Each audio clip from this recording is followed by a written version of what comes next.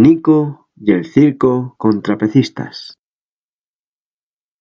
Érase una vez un pequeño elefante llamado Nico, que siempre había soñado con visitar el circo y así poder ver a trapecistas, payasos, malabaristas, leones saltando sobre aros de fuego, jirafas, música y muchas luces de colores.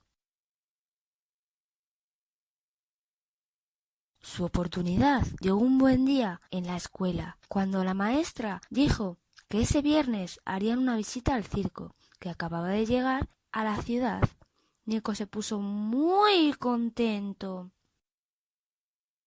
¿Hoy es lunes? ¿Cuántos días quedan hasta el viernes?, le preguntó impaciente Nico a su mamá. Nico, respondió mamá elefante, vamos a contar juntos los días que faltan. Como hoy ya es lunes, vamos a restar ese día y el día de la visita viernes, de tal modo que gritándolos van a quedar solamente lunes. Uy, ese no le cuento. Martes 1, miércoles 2, jueves 3. Y si no cuento el viernes... ¡Vaya! ¡Quedan 3 días!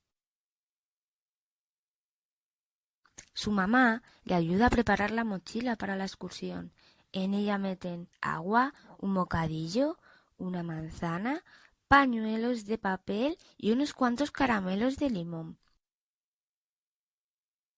¡Ya es el día! Nico, ¿está preparado? ¿Llevas todo? Sí, estoy preparado, mamá. Vamos rápido, por favor. Nico y su madre van caminando hasta la escuela, donde la maestra y sus compañeros, que están delante de la puerta del autobús, esperan sonrientes su llegada. Con mucha ilusión, se subió junto con sus amigos y su maestra al autobús que les había llevado al circo. ¡Ya hemos llegado! Niños, bajar del autobús y daros la mano de dos en dos. Era un circo redondo, como si fuese una pelota, y dentro había unas jaulas cuadradas. Tal como se imaginaba Nico, había leones, osos, jirafas, trapecistas y hasta un elefante tan grande como su papá. Pero ellos no parecían estar contentos.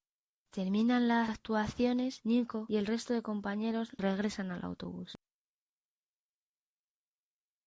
Nico con voz triste dice: a mí solo me ha gustado los trapecistas, los payasos y los malabaristas. ¿No sería más divertido para todos un circo sin animales tristes? Nico y el circo con trapecistas.